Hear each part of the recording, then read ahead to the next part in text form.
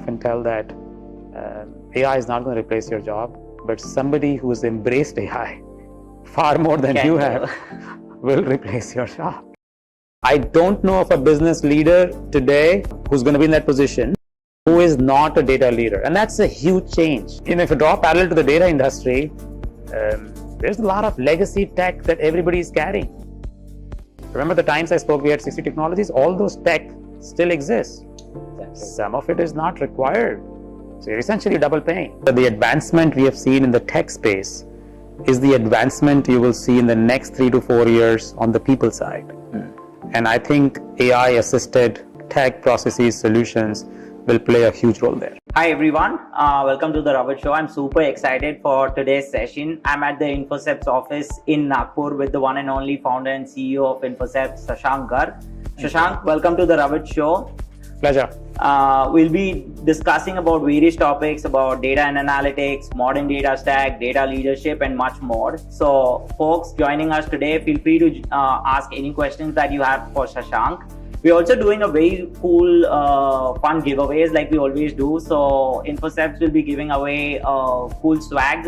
What you need to do is just type in hashtag InfoCepts in the chat and we'll be picking up the winner. Just a little about Shashank Garg. An entrepreneur, mentor, and change maker, Shashank is passionate about all things data. He's a trusted advisor to CXOs of several Fortune 500 companies, helping leaders disrupt and transform their business using the power of data and AI. As the co-founder and CEO of InfoCepts, he's credited with the scaling InfoCepts from a 2-people startup to a Gartner-recognized world's top 40 data and AI solutions provider. Also, he inspires his team to transform enterprises to stay data-driven and work with the focus of business outcomes. He advocates a culture that encourages continuous learning and growth. He values spontaneity, a sense of humor and playfulness. So Shashank, again, welcome to the Ravit Show. Such a pleasure to have you here. Can't wait to learn more about your journey, about how you've come this far. So can you just share a little about Sure. First of all, welcome to InfoCepts, and thank you for hosting me. I'm super excited that you're here on our own Innovation Day. Exactly. And all our associates are going to demonstrate today all the cool innovations that they have built to disrupt the world of data and AI. So I'm looking forward to that later in the day. But to talk about my background, we actually started in 2004, both me and my partner Rohit, who came from several years of data and analytics experience in the industry, realizing how big of a gap existed between the worlds of business and analytics. Right. We often use the term business analytics as one phrase, but anybody who's worked in the industry, and I'm sure you talk to a lot of people, you'll realize just how big the gap is. And that's our focus. That's really what we are here to do. Today you can think of InfoCepts as an end-to-end data analytics solutions firm with an increasing focus on AI.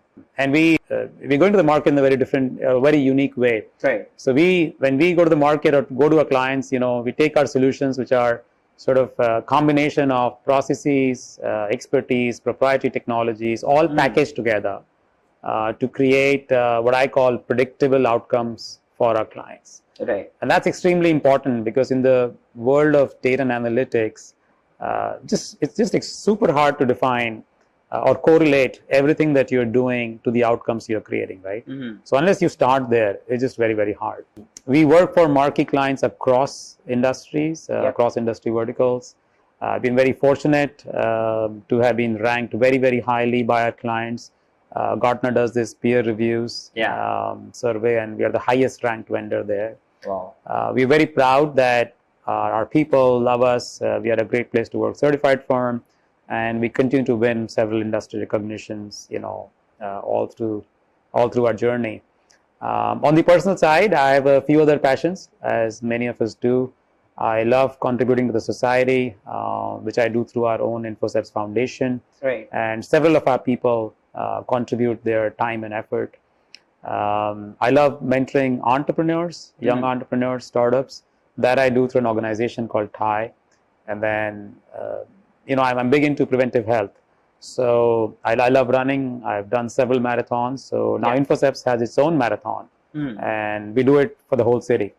Wow. And if you happen to be in a city that I'm in, I would love to catch you on a run in the morning. Oh, for sure. Though I don't know if I can be that. You can. I know you can. Okay, awesome. First of all, thanks for all the details that you've shared. Obviously, Infoceps is not a new name to the data and analytics world. We've seen how far and what great things Infoceps has done for the data and analytics community. So thank you again for visiting the Ravit Show and having you for the chat. Obviously, we'll be talking a lot about data analytics, modern data stack. So looking forward to it. Sure. Yeah. Data and analytics market is moving very quickly and evolving very fast. What's your reading here? Great question. From the last 2 decades, I've been in this industry, so I absolutely love the data and AI space, and a large reason of for the love is the pace, right? And just to give an example, right? Just in the last 10 years, we've gone from about 60 to 70 maybe technologies that you could build. Take the whole universe of technologies, and the number will be 60, 70. Yeah. Today is about 1,500 plus, which are actively tracked by analysts and the VCs, right? What that tells you is that the same problem, actually before going there, right? So the technologies have grown from 60 to 70 to 1,500. Right. You have to ask yourselves, have the problems grown? Like, are we trying to solve unique problems now? Yes, we are. There's an addition, but not that much. It's certainly not grown 20x, right? So what that tells you is there are multiple ways of solving the same exact problem now, right? Similarly, so this is the supply side, right? Right. On the buyer side, we went from business leaders used to struggle how to spell data to today where I don't know of a business leader who is not a data leader. Exactly. I'll repeat, right? I don't know of a business leader today who's going to be in that position who is not a data leader, and that's a huge change. Today's business leaders were born in the digital era. Right. They're not the ones who want 3 other people to build a pretty dashboard for them. They are the ones who want quick insights, but simultaneously they are capable of going to the lowest level data, and they want to do it themselves. Several of them. I've been in board meetings where you go from a trend, a dashboard, an insight, all the way to zooming into where exactly is the problem, right? So, and I know more and more I'm starting to see they are building this intuitive sense of where data and AI can really help, right? And this is all the business guys, right? So that's the rapid change between 10 years ago versus today, both on the supply and demand side. Right? Very interesting. I think you mentioned a very big point here where business leaders are not just the business leaders anymore. The game has changed completely where they are also now the data leaders. They know how to even create a dashboard, get those insights very quickly. And I often obviously talk to a lot of leaders as well or the businesses as well. They, like the execs, always tell me that we want to listen and learn to those data driven insights very quickly. Yeah. But now in the new era, it's a different ball game where they know it themselves that what the data quality means, how will it change the game in the long term. Absolutely. So that's a very good point. But that also brings me to another important question around how modernized it has become. So when I talk about modernized, I would love to learn a little about something around the modern data stack. We all know it's so hot. I mentioned about it as well. So what's your take there? Again, all of us love the modern data stack, right? For several reasons. You're not boxed into 1 or 2 technologies that you can use now, right? There's this, it's modular in nature. It moves very fast. The level of innovation is extremely high, and you can really bring a lot of these things together and solve problems, very, very quickly. Yeah. And honestly, to be selfish, it has been at the very heart of increased spend the huge spend that you see, right, in the whole data analytics space, right, and the number of professionals, the number of technologies, the number of cloud providers, right, the number of companies operating here, right? Exactly. A lot of it is attributed to the modern data stack, right, and the way it was architected, right? And I see all our clients, right? They went from, monolithic data warehouses, less than 10 years ago to building all these lakes, and then maybe some lake houses now. They went to cloud. They went, they're building all these governance processes. Some of them are investing in semantic layers. A lot of them are thinking today about, building data products which can directly work with the business, right? With all that, that's happening, right? And that's opening opportunities, for, a lot of the listeners here as well, right? Yeah. It's opportunity for everybody. But I see one or two things that we have to be extremely cautious about, right? When you talk about the modern data stack. And two things actually. One, it is complex and it is expensive. It can be expensive. I won't say it is expensive. It can be expensive. And we see, if you don't manage complexity, you know what happens, right? So it's complex because now you have multiple tools. So it's on the client to stitch everything together, work with all those vendors, and it's expensive because you end up copying data in many ways, right? And instead of moving, and everybody wants to control the data, right? And the clients need just bigger and bigger teams to manage all that, which is building up the expense, right?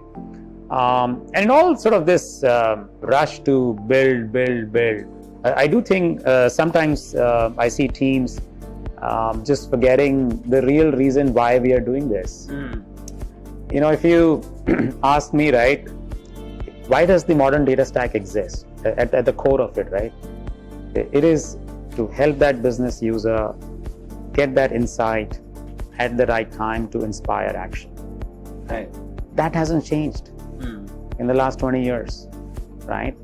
So that's the only caution, right, that I tell people, right? I mean, you can use all the tech, you can be on the cloud, you can build a data fabric, you can build data products, but unless you are inspiring action, so we almost take the reverse approach, right? We're like, how can we hide all this complexity and meet the needs, right? And inspire action in the fastest possible way. If you study the modern data stack, right, this new category of solutions that you will see emerge, and there's already some names up there, right? That sort of package all these various vendors, right? Tied to business outcomes and offer it together as a solution. And that's sort of our approach to go to the market as well. Now, I think these are pretty interesting insights, and you've mentioned about a few points which are so important when you talk about, obviously stitching it together for the client is very important. And, a lot of enterprises out there today still think about an ideal modern data stack and sometimes get into a bit where there's no ideal modern data stack. There is no ideal modern data stack. It depends on how you want to, fix your data in a way which is cost effective, but at the same time, it's also being used like a lot of technologies and a lot of tools. I've spoken to, obviously a few enterprise leaders as well, a few enterprise architects who are like, we have like 10 tools, we use only 2 of them. So that's a bigger problem too, where obviously there's, the data leadership team who kind of brings in like everything that you need, but you just need 2 of them. So that kind of is also another. See, as the, we talked about the modern data stack, right? This, I counted, I got this view or this coordinated technology that at least 70 different categories. Okay, and each category has about 15 to 20 players, right? And you ask yourselves, right, from sourcing, massaging, quality, laking it, and then, getting all the way to actions. Do you need 70 different categories? You don't, right? And that's where some of this complexity is coming in. So, no, I think these are great insights. This brings me to a very important question as well, something around the same thing that we are talking about, data-driven and the data-driven culture too. So what do you think are some of the key challenges you see in front of the business and data leaders focused on the data-driven Sure. transformation. Can you tell us a little about that?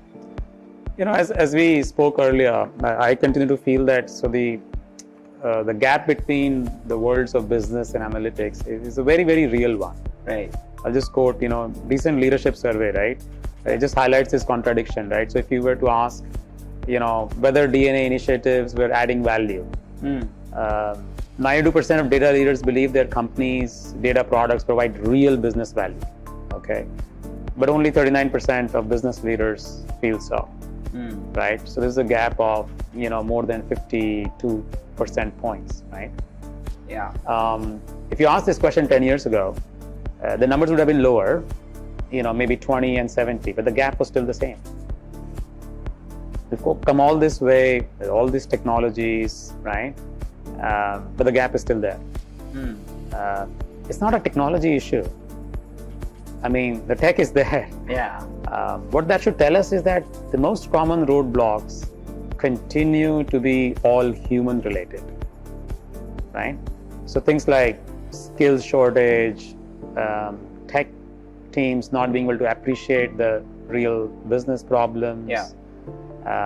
Some business teams, having difficulty in sort of accepting the data-driven culture and not really changing fast enough, right?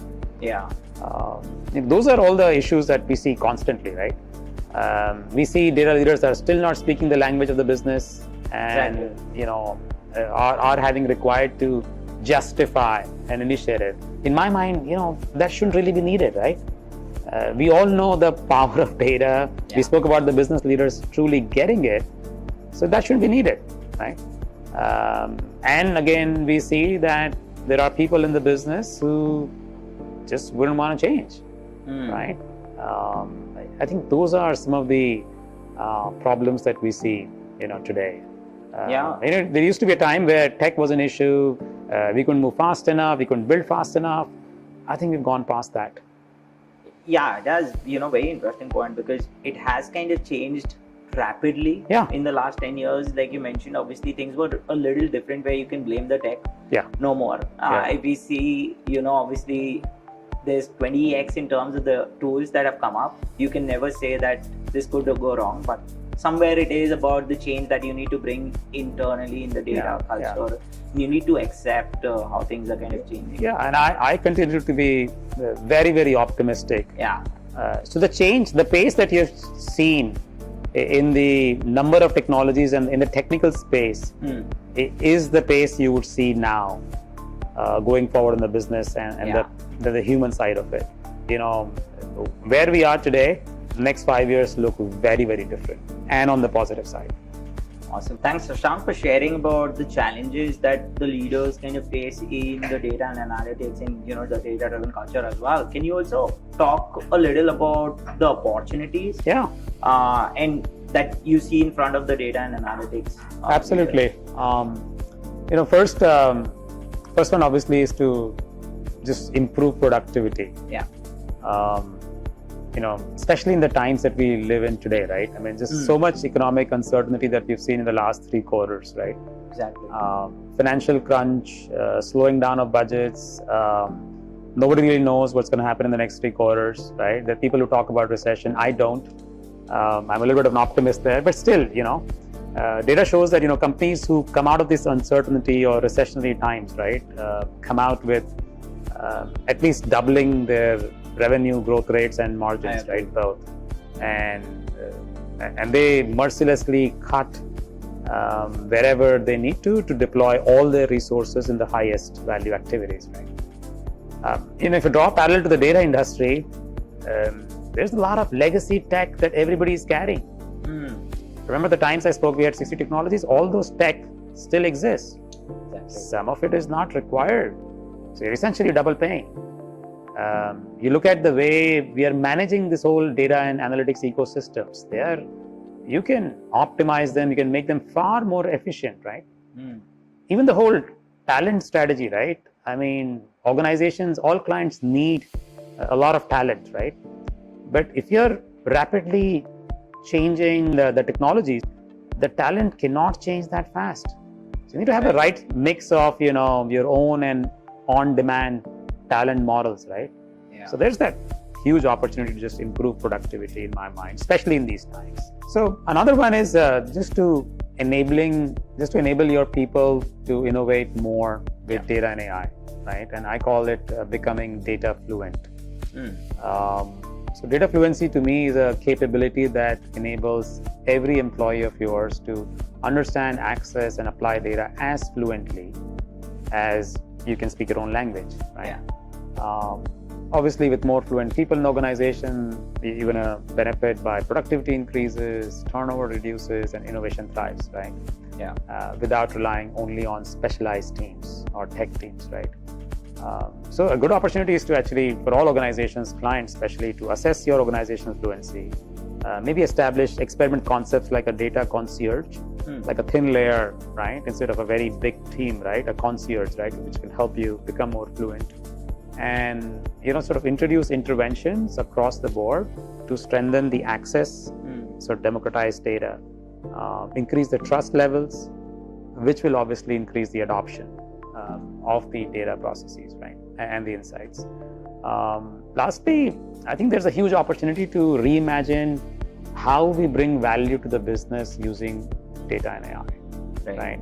And I'll take an example, right? So friends in the industry like Salesforce, Amazon, they pioneered the concepts of infrastructure as a service, platform as a service, building upon the software as a service paradigm, a couple of decades ago.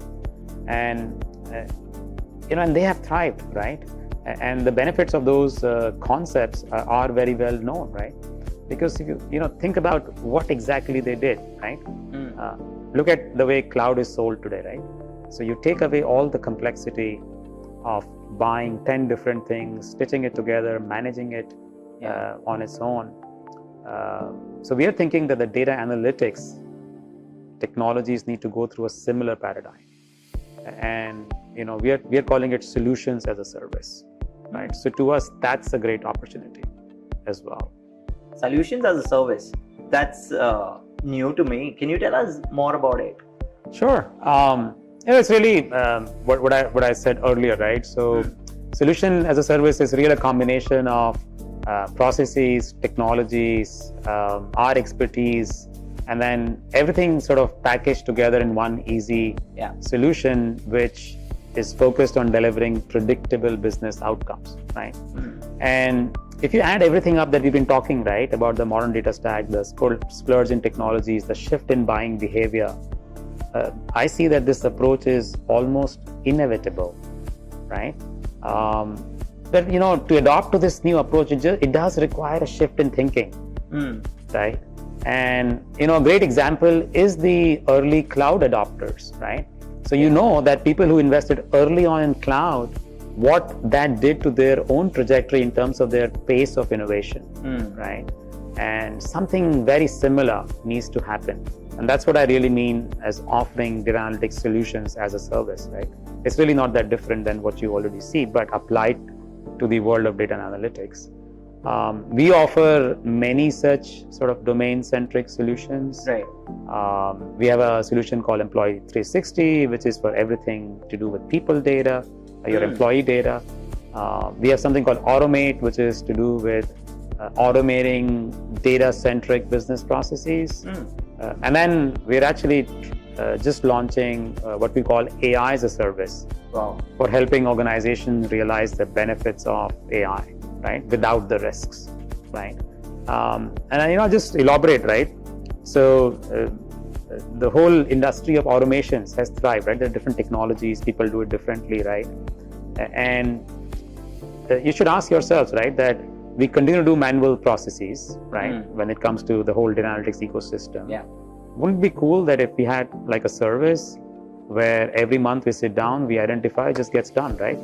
Why go through, a typical process where somebody finds something, gives it to another team, they put in the backlog, they say we'll come back in 9 months, and by the time the opportunity is gone, right? So that's an example of what a solution as a service is. I think solution as a service is a pretty interesting approach. And as you mentioned, it's not new, but obviously it needs to be applied much more. Yes. And Infoceps is clearly doing that for the clients. So, and I think also the things that you all are coming up with, those interesting launches, we'll definitely want to learn more about AI as a service as well. Absolutely. So that brings me to a very important question. How does AI mean for the data and analytics, and how real is it? Oh, very real. And you're here for our Innovation Day, right? And you will see the number of solutions which are AI powered now, which have been impacted, or AI is just a very inherent or core part of those solutions, right? And that's what's so exciting about what's happening today, or has happened in the last 12, 18 months, right? And how I see the next 2-3 years.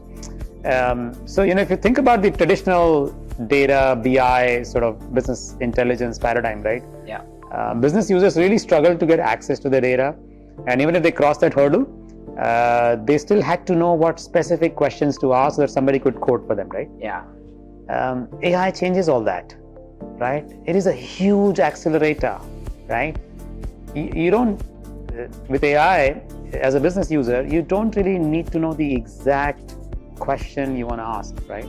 So you can, AI-driven insights can help you uncover the why. For example, AI augmented analytics solution will tell you exactly why your sales are increasing or not increasing, where to target, whom to target, right? Without asking a specific question. And now, with all the chatbots and sort of NLP driven generative AI, I'm not using the word that most people use, not that I don't like them, but the whole generative AI solutions that we see, right? The ChatGPT likes, right? They are a game changer as well.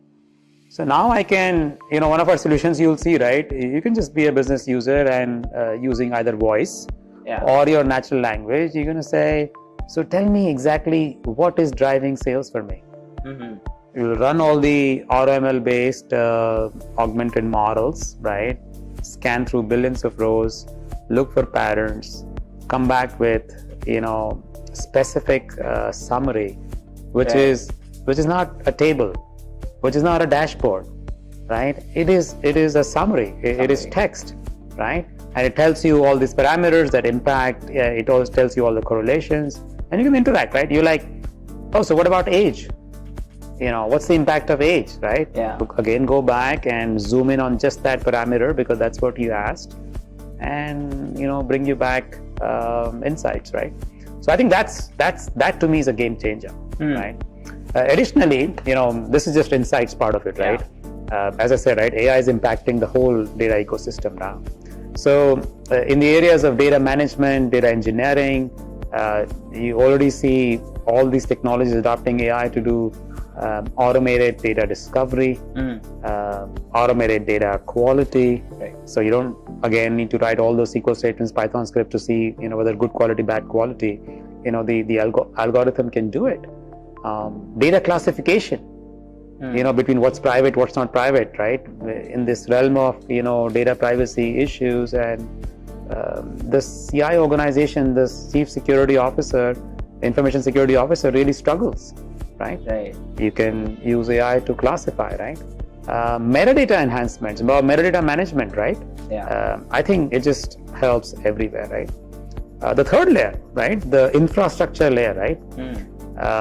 AI and machine learning can be used, to sort of predict usage and hence costs, and then you can put controls in an automated fashion, right? Because you don't want to be super restrictive, rule-based, right? That don't give access to this user, don't let them run queries, none of that, right?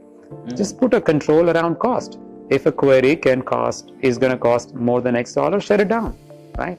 Exactly. So it just, changes the whole data analytics ecosystem. And, anybody who's listening to this show, right? I can tell you, if it hasn't already, it is going to impact your role, like not even in years, like we're talking weeks now, right? That's the pace at which this change is going to happen. I think great point, Shashank. How fast it is moving, we're already looking at it. Like, if you ask me as an example, if that I have to give, I use ChatGPT every day to ask some or the other thing. Yes. Or to create something like a content for my website to get those into the game. So this is just the smallest example I can come up with, but I think you mentioned about augmented analytics, how it's kind of obviously bringing in those insights. So it's kind of easier for the data leaders out there as well to extract that information, get those insights, be more data driven, and totally AI is playing a very important. I think what is happening on the personal productivity side, as you said, right? A lot of the people are already experiencing the LLM models and using them for productivity use cases. I think a lot of that is going to happen to the data and analytics industry as well. Shashank, these are great insights about, how AI will play and is already playing a very important role in the data and analytics space as well. That kind of brings me to another question, which is how can AI create immediate impact on businesses? Do you have any examples, use cases that you can share with our audience? Would love to actually.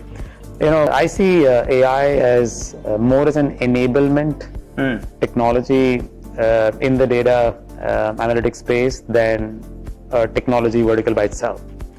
So I'll tell you what you mean, right? What I mean, right? So if you think about, let's say, the retail industry, right? So all the use cases like store activity monitoring, making the order management more seamless, fraud detection, right? Optimization, right? All these use cases have existed, right? But with AI, you can deliver them way faster, right? Similarly in media, and I'll talk about some of the use cases that we are helping our clients with, right? Especially in the media industry, right? Demand prediction, hyper personalization, right?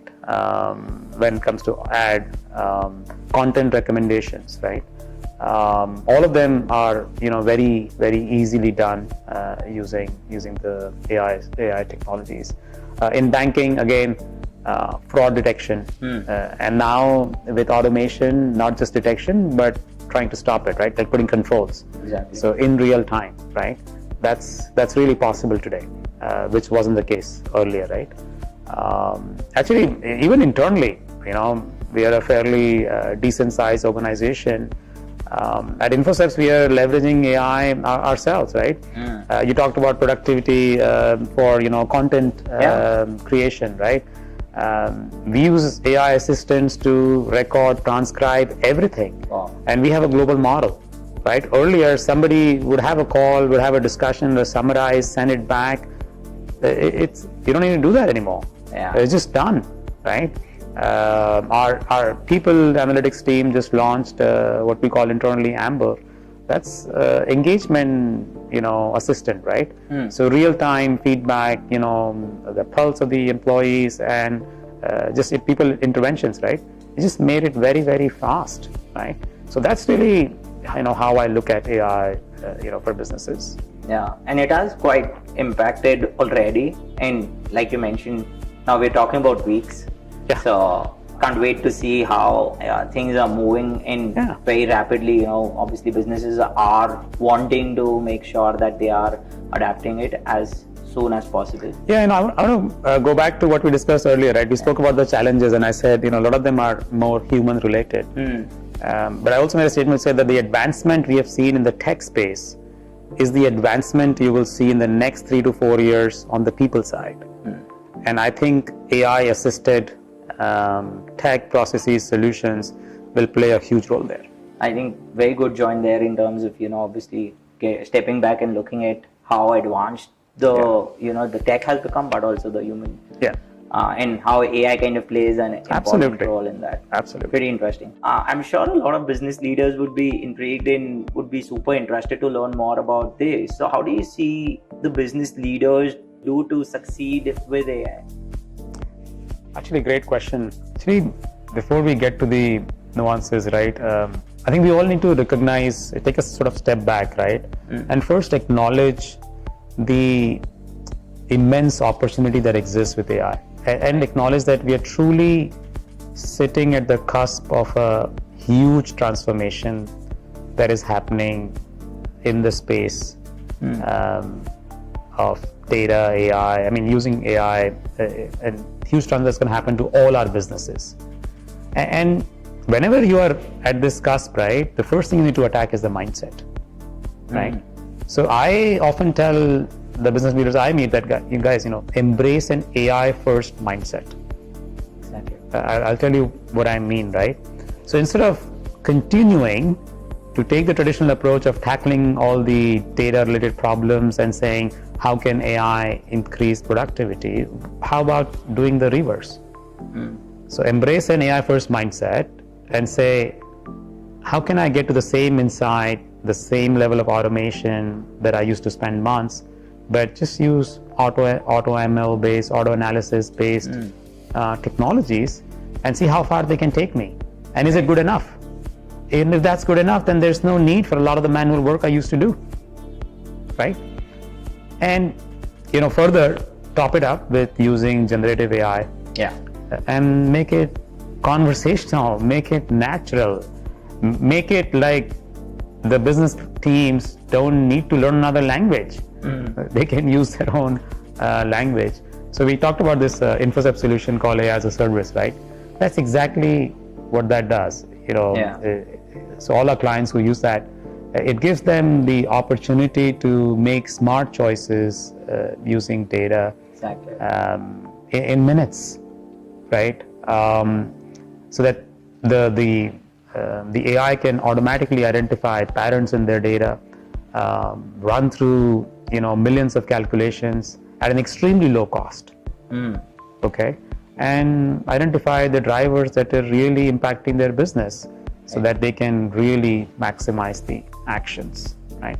Secondly, to sort of gain the most out of these AI-driven insights, right? Everybody has to get comfortable with a little bit of experimentation. Totally. And on the cultural side, and this we have seen internally as well, right? And I see we do these actually for some of our clients. We actually do this hackathons, all this innovation contests. You're going to witness one today. Yeah. Are a great way to build this culture, right? Everybody talks about, they give this gyan around, fail fast, succeed faster, quick ideas. But, just talking is not enough. Get your business teams, get your data teams in a hackathon, let them build something together. It might be a complete throwaway. What that does is just works on their mindset, right? It's also essential that, as we produce more and more AI-driven insights, the teams are comfortable. Because AI in some ways can be a total black box. Exactly. And sometimes it will tell you things that you didn't expect it to, right? So the whole explainability part of it, right? It's very important that you also build whatever tech you use, right, or solution you used. It also gives you, why it is saying what it is saying, right? Or else we know. I mean, we have such high levels of inertia, all of us, right? We won't move, right?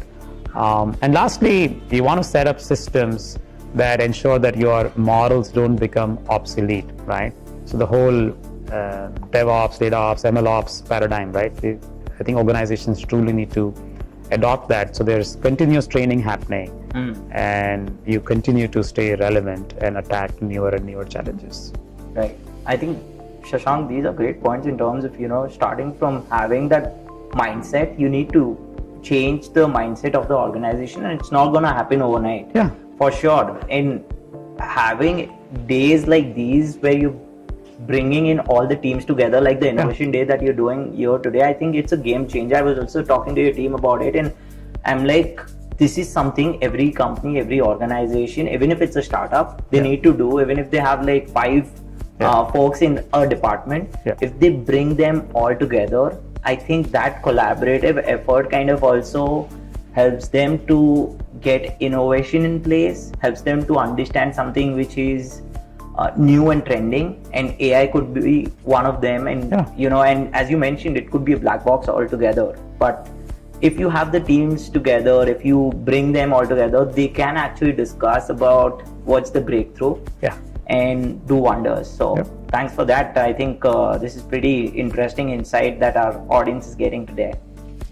Shashank, I know we've covered a good ground today in terms of talking about AI, but also I get a very common question and that is I'm a data and analytics professional.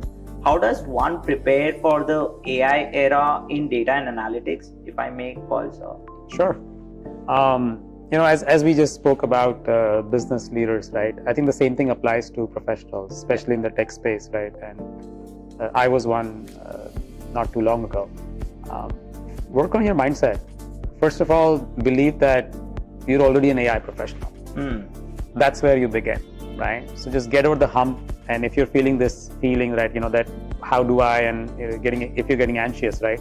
Yeah. Believe that you're already way ahead because you have a really solid foundation on data, right? Exactly. Which is the backbone of all AI that is out there, right? From a skills perspective, the same things, right? Programming, data engineering, data analysis, problem solving will be very, very critical to, making a successful career there. And we spoke about the pace of technology innovation, and AI is just going to accelerate that, right? So that developing that strong business acumen, right? An intuitive sense of what are you trying to really solve, right? And then asking the questions to develop a much deeper understanding of what exact problem are you trying to solve, right? And right-sizing your solution, right? Extremely important. You obviously need to commit to continuous learning. Yeah. I devote a good 2 to 4 hours every week. That's just how rapidly the space, the space is evolving. And lastly, again, this gets talked a lot. AI ethics. I've met professionals who look at it, when I meet young professionals, right, they're generally far more socially conscious. I wouldn't say socially responsible yet, but certainly conscious, right? I think it's a very easy next step to just understand the ethical implications, spend some time. There's plenty of content out there just to understand, right? Because a lot of the people who are probably listening to this are going to be building technology and solutions which is going to power this generation or the AI wave further, right? Exactly. Just having a good understanding there is going to be very, very useful. I always say that AI today is sort of this hyper intelligent, all-encompassing, but 10-year-old kid who doesn't have. It's ingested massive amounts of data, right? But it doesn't really have any context of the business or the problem you're trying to solve, right? So unless you spend time in understanding how it works and are feeding it the right data, you wouldn't benefit from it, right? And I'm sure you've experimented with generative AI, and then how much prompting you have to do to get to something useful, right? Exactly. Apply that to organizational context when it comes to data and insights, right? There is work to be done there. Finally, I do believe that there's this. Sometimes people get into this. Oh, AI is going to replace my job, right? And then I often tell that AI is not going to replace your job, but somebody who's embraced AI far more than you have will replace your job. Right. I think these are amazing insights in that quote. I love that quote because I get that question often as well. That does do you think AI will actually replace our jobs? In the marketing world, in the content world, it's a big question right now where things are more automated. So you're right there. It's more about who can be an amazing prompt engineer, maybe. And as you may have realized yourself, it's not a big leap. It's not a big leap. It's a mindset. Yeah. Very true. Thanks for that information, Shashank. Thanks.